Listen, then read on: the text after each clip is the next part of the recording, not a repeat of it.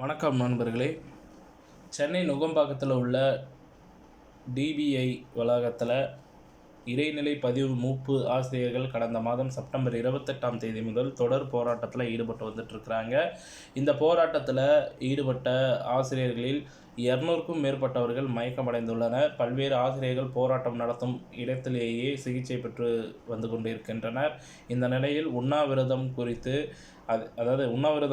ஆசிரியர்கள் சங்கம், பள்ளி கல்வித்துறை உயர் அதிகாரிகள் இடையே இருமுறை பேச்சுவார்த்தை நடைபெற்றது. இந்த பேச்சுவார்த்தைகள் தோல்வியில் முடிவடைந்தன. ஆசிரியர்கள் சம வேலைக்கும் சம ஊதியம் என்ற கோரிக்கையை வலியுறுத்துகின்றனர்.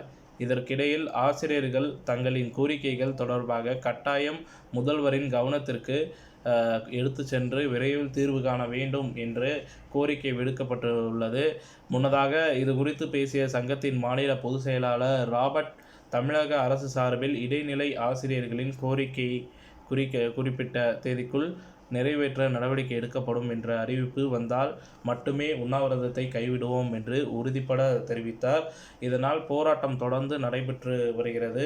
இந்த நிலையில் பள்ளி கல்வி இயக்குனர் அறிவொளியின் உத்தரவாதத்தை ஏற்க டெட் தரப்பு மறுப்பு தெரிவித்துவிட்டதாக கூறப்படுகிறது. மேலும் தொகுப்பூதியத்தில் பணி நியமனம் செய்ய டெட் தரப்பு வலியுறுத்தியுள்ளதாக கூறப்படுகிறது. இதனால் ஆசிரியர்கள் போராட்டம் முடிவுக்கு வராமல் தொடர்ந்து நடைபெற்று வருகிறது.